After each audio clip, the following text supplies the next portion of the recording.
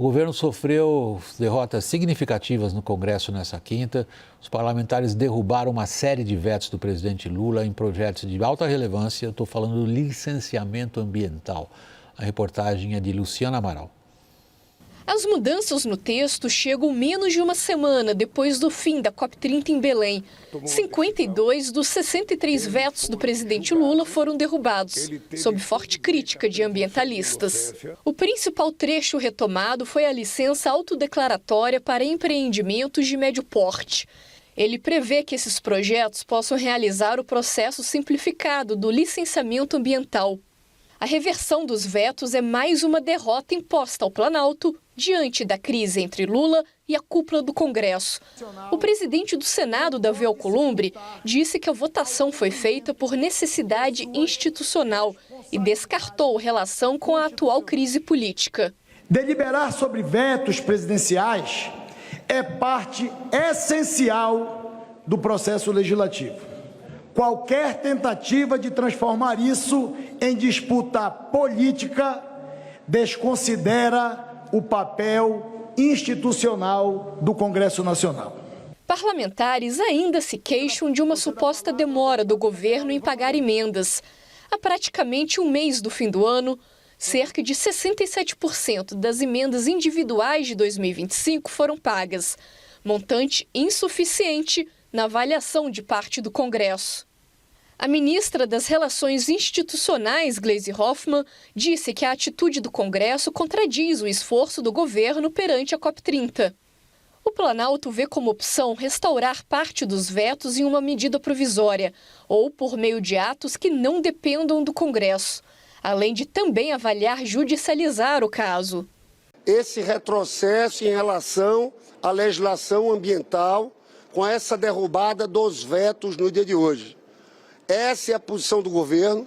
Nós vamos tentar de todas as formas achar um caminho e não se descarta a judicialização. Interlocutores de Lula dizem que o presidente pretende conversar com Alcolumbre para distensionar a situação. A crise com o Congresso abre a possibilidade de novas pautas-bomba, com efeitos fiscais negativos para os cofres públicos e já ameaça a aprovação de medidas importantes para o governo até o final do ano. O Planalto deseja que projetos como a PEC da Segurança, a redução de benefícios tributários e a punição de devedores contumazes sejam votados até dezembro. Gleisi debateu os temas em uma conversa com o presidente da Câmara, Hugo Mota, numa tentativa de aliviar o clima com o parlamentar. Carlos Pereira, a gente tem a sensação, nesse episódio específico da derrubada dos vetos, relativos a licenciamento ambiental, isso já estava programado, todo mundo sabia que esses vetos iam ser derrubados. Havia uma data mais de um mês atrás para isso ser apreciado, e aí parece ter havido um entendimento, um acordo político que o setor do parlamento ligado ao agro considera que foi rompido pelo governo, que era não vamos fazer isso antes da COP para não desautorizar o governo. E o governo transforma isso num debate de devastação contra a proteção, quando ele mesmo não soube negociar? William, você descreveu muito bem. Eu acho que o governo está colhendo o que plantou. Eu diria mais, né? O governo construiu uma coalizão grande demais, com muitos partidos muito heterogêneos, não compartilhou poder nem recursos, uma coalizão distante da preferência agregada do legislativo. Então, todos esses elementos geram uma série de desgastes sucessivos que levam a problemas de coordenação crescentes, e essas derrotas simbolizam a consequência dessas escolhas, né? As consequências de gerir uma coalizão Frankenstein, né?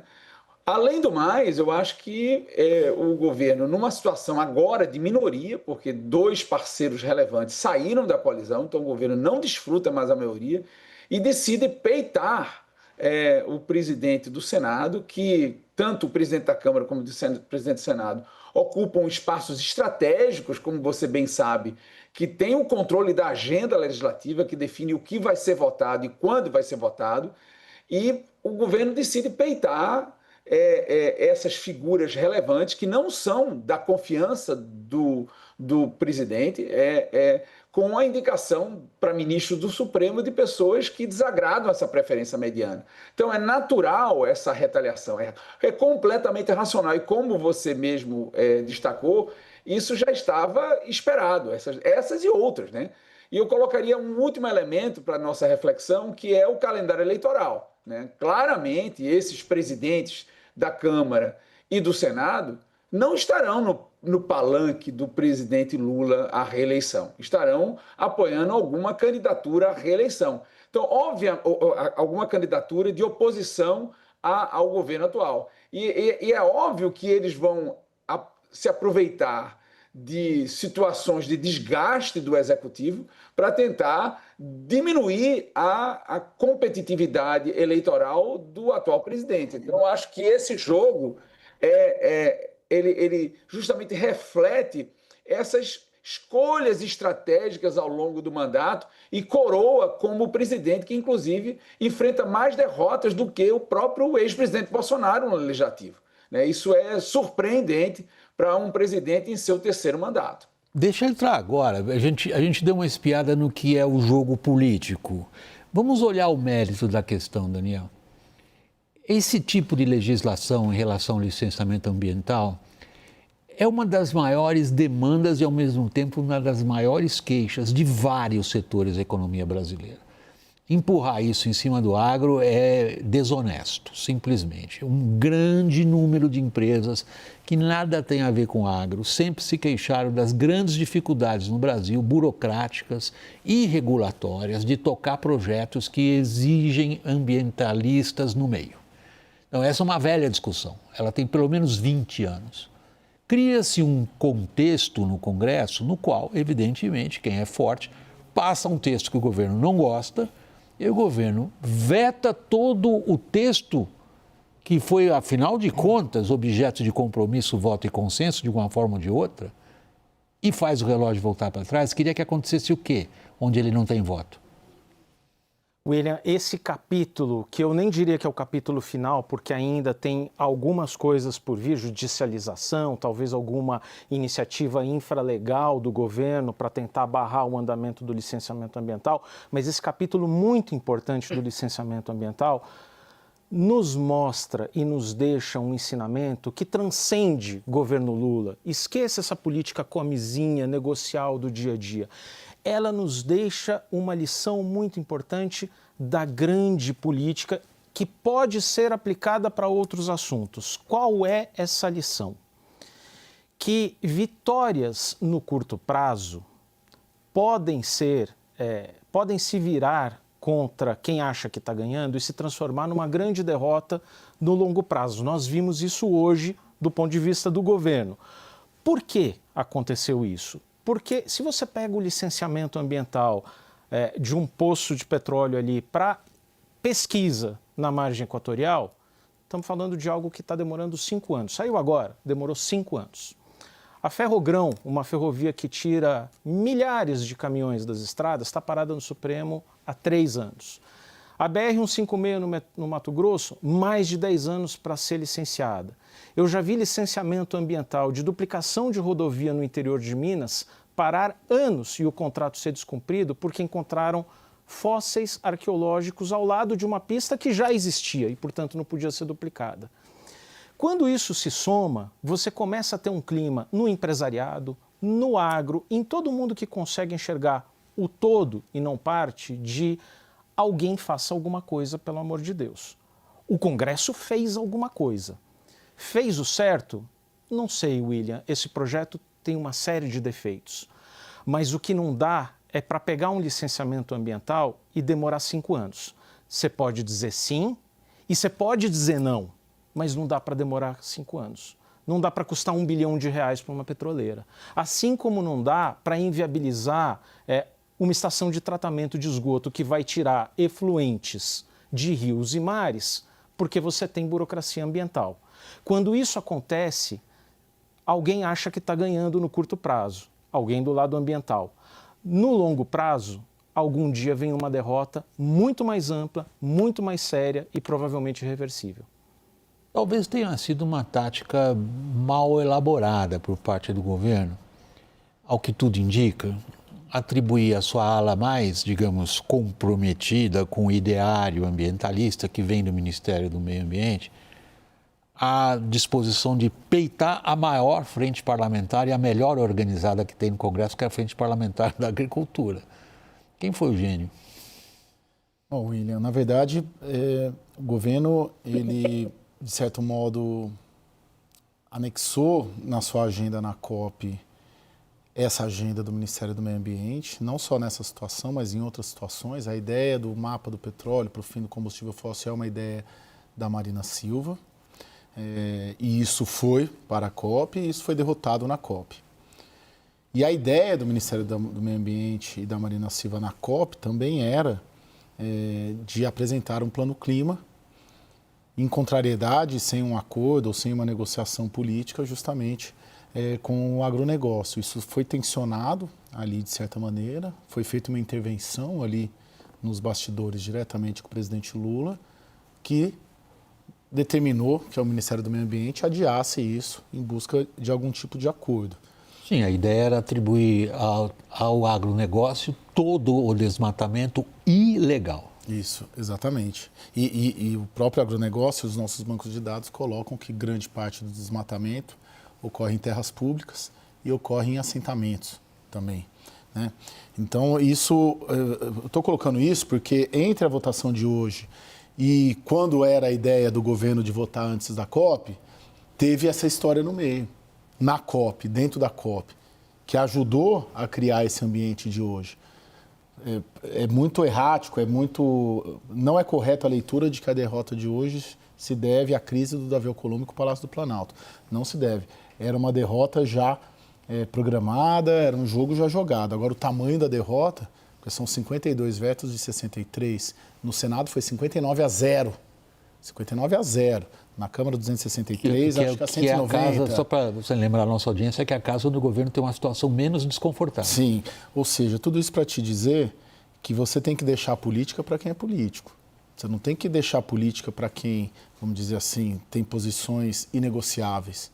E no caso do licenciamento ambiental, você deixou a negociação disso tensionar por conta de posições radicalizadas dentro do governo, da área ambiental, muito expostas durante a COP, que ajudaram a criar um ambiente que desagou hoje nessa derrota fragorosa. Posso só fazer uma parte, claro, William? Daniel. Muito rápido. A senadora Tereza Cristina foi relatora do licenciamento ambiental no Senado. Esse projeto ficou 22 anos no Congresso Nacional, 22 anos. A senadora Tereza Cristina foi procurada pelo governo para negociar o seu texto, votado em plenário e aprovado no dia da votação. Carlos Pereira, a gente percebe, talvez o quê? Uma falta de leitura da relação de forças, tanto do ponto de vista das forças que o governo tem, que é a minoria, clara, dentro do legislativo, como eu diria, as forças fora do legislativo. O governo resolveu peitar o setor mais produtivo da economia brasileira, que ele enxerga como bolsonarista, que é o setor da agroindústria, e que é muito bem organizado. Quem está fazendo essa leitura da realidade? Eu acho que o governo estima que se tornou favorito nas eleições de 2026. Então, eu acho que os episódios, as repercussões decorrentes do tarifaço para o governo foram muito positivas, né? A gente lembra que em março desse ano, os institutos de pesquisa colocavam o presidente Lula na condição de empate técnico em segundo turno com alguns candidatos de oposição, como o governador de São Paulo, por exemplo. E isso não ocorre mais. Então, assim, depois do tarifaço, depois de toda essa agenda que foi criada de soberania, o governo conseguiu musculatura, conseguiu força eleitoral para tentar peitar uma agenda mais consistente com a pauta da esquerda. Eu acho que o governo vai tentar construir uma candidatura com esse perfil. Então, ele está construindo essa agenda de confronto para ter o que dizer para o eleitor brasileiro em 2026. Então, acho que o governo está abrindo mão, vamos dizer assim, de governar e de aprovar uma série de agendas ultra relevantes, como essa do meio ambiente, porque eu acho que a estratégia principal é a disputa eleitoral de 2026. Isso já está na agenda, William. E a estratégia de transferir a responsabilidade disso para o Congresso e se vitimizar e construir mais uma vez essa agenda do nós contra eles, da polarização, dado a ausência de Bolsonaro, né? A gente lembra muito bem que Lula se tornou muito competitivo quando tinha Bolsonaro como candidato a se opor, né? O polo extremo a se opor. Com a ausência do ex-presidente no ticket e preso, isso cria dificuldades. Então, eu acho que o governo vai construir essa agenda eleitoral, abrindo mão agora de governar. O líder do governo no Congresso, Lindenberg Farias, com esse discurso, claramente sinaliza com a estratégia de judicialização, o que é muito comum a literatura da relação entre judiciário e legislativo e executivo, mostra que é muito comum governos minoritários se valerem do judiciário para tentar se vitimizar e construir uma agenda política eleitoral. Então, eu acho que o governo vai apostar nisso. Talvez não só na questão ambiental, mas em outras questões que vão necessariamente levar a derrotas do governo dentro do Congresso. O que eu acho interessante... Por favor. Não, desculpa, é porque eu tenho que chamar um intervalo. Não, eu só ia colocar que o governo parece que ele fez a opção de guinar da esquerda, né? Muito forte, diferentemente das outras eleições. E ele sabe disso, que a eleição vai ser decidida pelo centro político, pelo eleitor moderado de centro. Agora, todos os sinais do governo, hoje inclusive, ontem na cerimônia de sanção do projeto de lei do imposto de renda, o presidente Lula defendendo a tarifa zero, transporte público, defendendo fim de cobrança de imposto em divisão de lucros, ou seja, essa é a estratégia, e está muito claro. E essa estratégia ela acaba sendo conflituosa, porque ela divide, né? Ela não busca o eleitor de centro, ela busca fidelizar o eleitor de esquerda, né?